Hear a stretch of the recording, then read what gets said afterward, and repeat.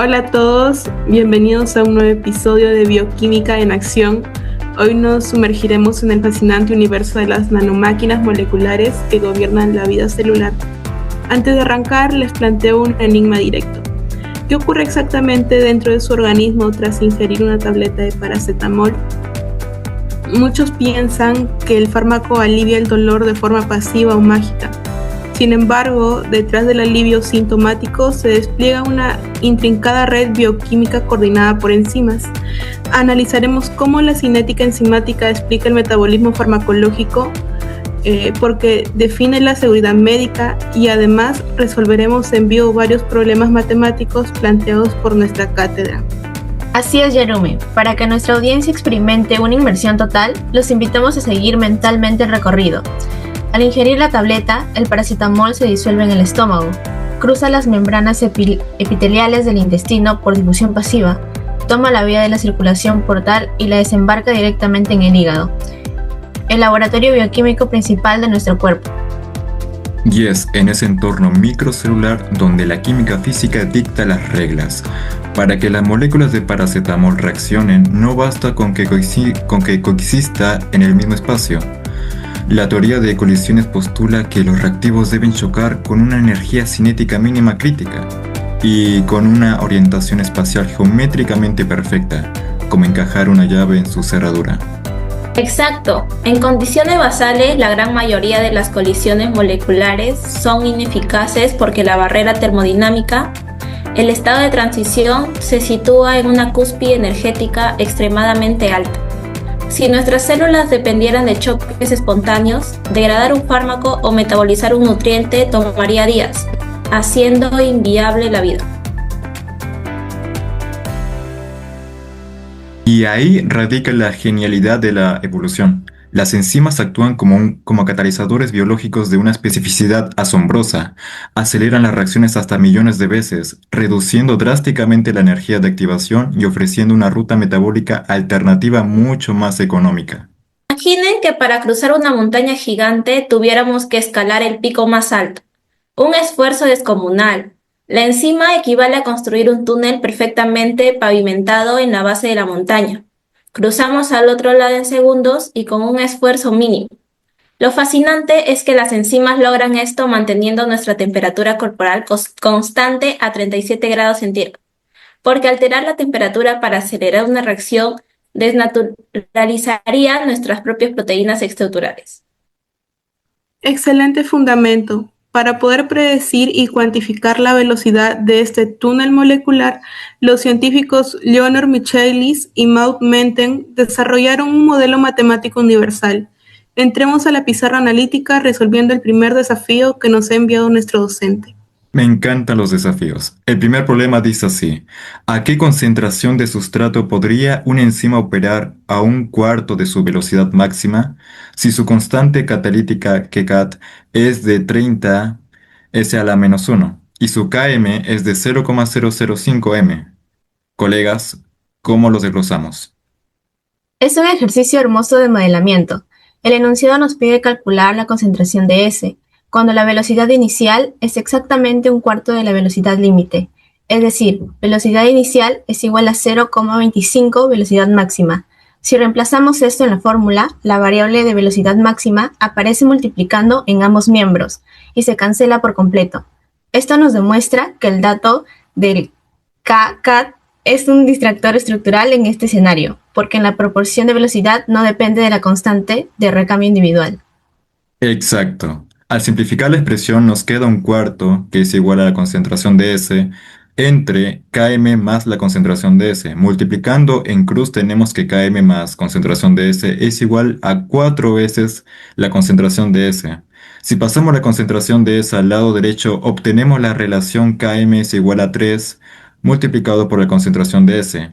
Esto significa que la concentración buscada es un tercio del valor de la constante de Michaelis, es decir, la concentración de S es igual a Km entre 3. Sustituyendo el valor numérico del Km, que es 0,005 molar, dividimos entre 3 y obtenemos que la concentración de S es igual a 0,00167 molar, equivalente a 1,67 milimolar. En este punto preciso, la enzima se encuentra trabajando a un cuarto de su capacidad máxima. Brillante resolución. Pasemos al segundo problema, que profundiza en las fracciones de saturación y nos presenta un caso de laboratorio real con la catalasa, encargada de detoxificar el peróxido de hidrógeno en nuestras células.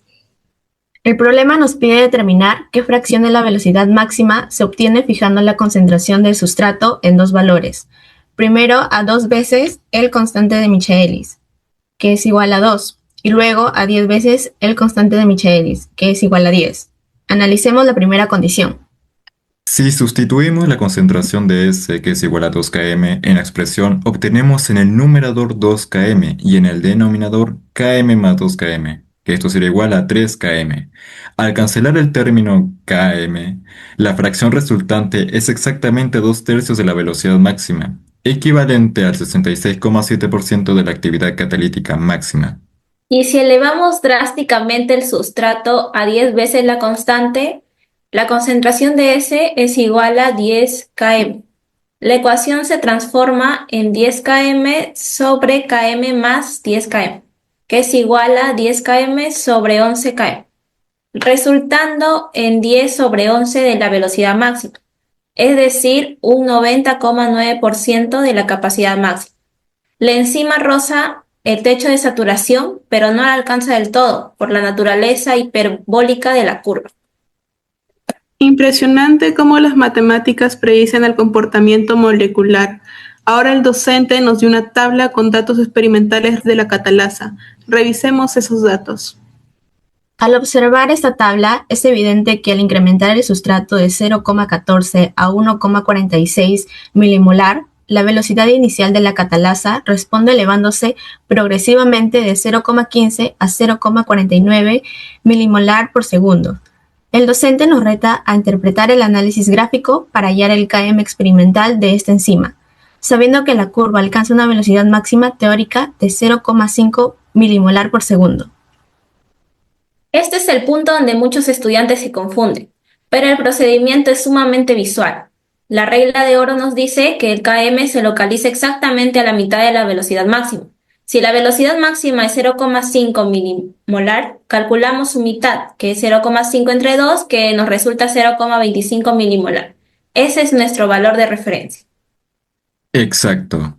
Ahora realicen este viaje visual con nosotros. Nos ubicamos en el valor 0,25 en el eje vertical y desde ahí trazamos una línea recta horizontal hacia la derecha hasta chocar con la curva experimental de la catalasa. En ese punto nos detenemos y bajamos la mirada en línea vertical hacia el eje X, que mide la concentración de sustrato. Y la magia de la interpolación gráfica ocurre. Al golpear el eje X, la línea cae con precisión sobre el valor de 0,32 milimolar. Ese número es el km de la catalasa. Si miramos la tabla, tiene todo el sentido para un sustrato de 0,29. La velocidad era 0,23 y para 0,56 subió a 0,32. Para obtener una velocidad intermedia de 0,25 necesitábamos un sustrato ligeramente mayor a 0,29. Confirmando que 0,32 es matemática y experimentalmente exacto. Espectacular. Ha quedado clarísimo cómo se realiza la lectura gráfica del km.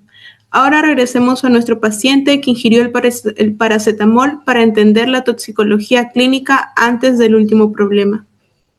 Retomando el mapa hepático, en condiciones de dosis terapéuticas normales, el paracetamol que ingresa al hígado se enfrenta a dos vías enzimáticas principales de fase 2. La sulfatación, mediada por enzimas SULT, y la glucoronidación, mediada por enzimas UGT. La sulfatación posee un km extremadamente bajo, lo que significa una afinidad gigantesca que se activa de inmediato ante dosis pequeñas. La glucoronidación tiene un km más elevado, pero una velocidad máxima masiva que absorbe los flujos principales de manera segura. Pero aquí es donde la cinética molecular se convierte en una cuestión de vida o muerte. En una sobredosis masiva, el sustrato libre inunda las células operando con creces los km de ambas vías seguras. Las enzimas SUL y UGT se saturan por completo y operan a su velocidad máxima límite, volviéndose incapaces de metabolizar el excedente de fármaco. Al bloquearse estas compuertas por saturación cinética, el exceso de paracetamol se desvía de forma obligatoria hacia una vía metabólica secundaria de fase 1, el sistema microsomal del citocromo P450, específicamente la isoenzima CYP2E1. Y ahí se desencadena la catástrofe celular. La catálisis mediante por CYP2E1 transforma el paracetamol en un compuesto altamente reactivo y electrofílico, llamado NAPQ1. En dosis normales, la mínima cantidad de NAPQ1 generada se neutraliza al instante acoplándose al glutatión hepático, pero en sobredosis la producción masiva y descontrolada del NAPQ1 agota al 100% las reservas de glutatión. Una vez libre y sin escudo protector, el NAPQ1 ataca agresivamente las membranas de los hepatocitos y las proteínas de la mitocondria, provocando una necrosis hepática fulminante. Comprender los límites de la velocidad máxima nos permite ver que una dosis pura y una sobredosis colapsa la cinética del sistema protector, destruyendo el órgano. Qué lección tan poderosa sobre cómo la cinética rige la medicina. Para cerrar el bloque analítico, el docente nos propuso un tercer problema con la lisozima, ideal para contrastar el comportamiento de la velocidad en saturación extrema frente a condiciones de aproximación al Km. Analicemos los datos del problema 3. El Km de la lisozima es de 6 por 10 a la menos 6 molar. Utilizando hexa-N-acetilglucosamina como sustrato, experimentalmente a concentración S es igual a 0.061 molar. La velocidad inicial medida fue de 3.2 micromolar por minuto. Se nos pide calcular la velocidad inicial a dos nuevas concentraciones, la primera a 1.5 por 10 a la menos 2 molar y la segunda a 6.8 por 10 a la menos 5 molar. Lo primero que debemos notar es la asombrosa diferencia de magnitudes entre la concentración de sustrato inicial, que es 0,061 molar, y el Km, que es 0,000006 molar.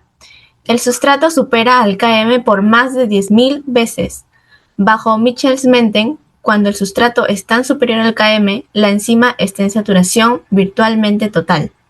Por lo tanto, la velocidad medida de 3.2 micromolar por minuto representa directamente la velocidad máxima de la lisozima. Con velocidad máxima igual a 3,2 micromolar por minuto establecida, resolvamos el literal A, que es la concentración igual a 1,5 por 10 a la menos 2 molar, equivalente a 0,015 molar. Al calcular el denominador 0.015 más 0.00006 es prácticamente 0.015. Resolviendo la división, la velocidad inicial resultante es aproximadamente 3.199 micromolar por minuto. La velocidad apenas varió respecto a los 3.2 iniciales, porque a 0.015 molar el sustrato sigue masivamente por encima del Km, manteniendo a la lisozima completamente saturada, en una cinética de orden cero, donde la velocidad es independientemente de la concentración. Ahora evaluemos el escenario B, que cambia las reglas del juego. La concentración S es igual a 6,8 por 10 a la menos 5 molar. Esta concentración ya no es astronómica, está en el mismo orden de magnitud que nuestro Km, que podemos reescribir como 0,6 por 10 a la menos 5 molar para facilitar la suma. Perfecto. Sumamos los términos del denominador 0.6 por 10 a la menos 5 más 6.8 por 10 a la menos 5, y esto nos va a dar un resultado idéntico a 7.4 por 10 a la menos 5 molar. Estructuramos la ecuación final. Velocidad inicial 3.2 por 6.8 por 10 a la menos 5 entre 7.4 por 10 a la menos 5. Cancelamos la potencia de 10 y multiplicamos por 3.2 por la fracción 6.8 entre 7.4. Haciendo la aritmética final, el resultado es velocidad inicial igual a 2,94 micromolar por minuto. Al disminuir el sustrato a niveles cercanos al Km, la enzima ha salido de la zona de saturación absoluta y entramos en una cinética mixta, donde cualquier variación en la concentración del sustrato tendrá un impacto inmediato en la velocidad catalítica. Fantástico. Hemos resuelto con rigor matemático y gráfico impecable cada uno de los problemas de la cátedra, conectándolos con los conceptos termodinámicos de Arrhenius y las variables de pH y temperatura hepática. A modo de conclusión, este análisis nos demuestra que los parámetros cinéticos Km y velocidad máxima no son números abstractos de un libro de texto. Son las herramientas matemáticas que nos permiten modelar la salud, predecir el comportamiento metabólico y evitar toxicidades fatales en la práctica clínica diaria. Y nos recuerda el valor de la homeostasis celular, el intrincado equilibrio entre la afinidad de una enzima y su capacidad límite es lo que mantiene funcionando los billones de motores moleculares que sostiene la vida. Esperamos de corazón que este episodio de Bioquímica en Acción les haya abierto los ojos al increíble y exacto mundo de la cinética enzimática. Recuerden que la próxima vez que tengan un medicamento en sus manos, Billones de nanomáquinas moleculares están trabajando con precisión matemática en su interior para protegerlos. Muchísimas gracias por su sintonía y nos vemos en el próximo episodio.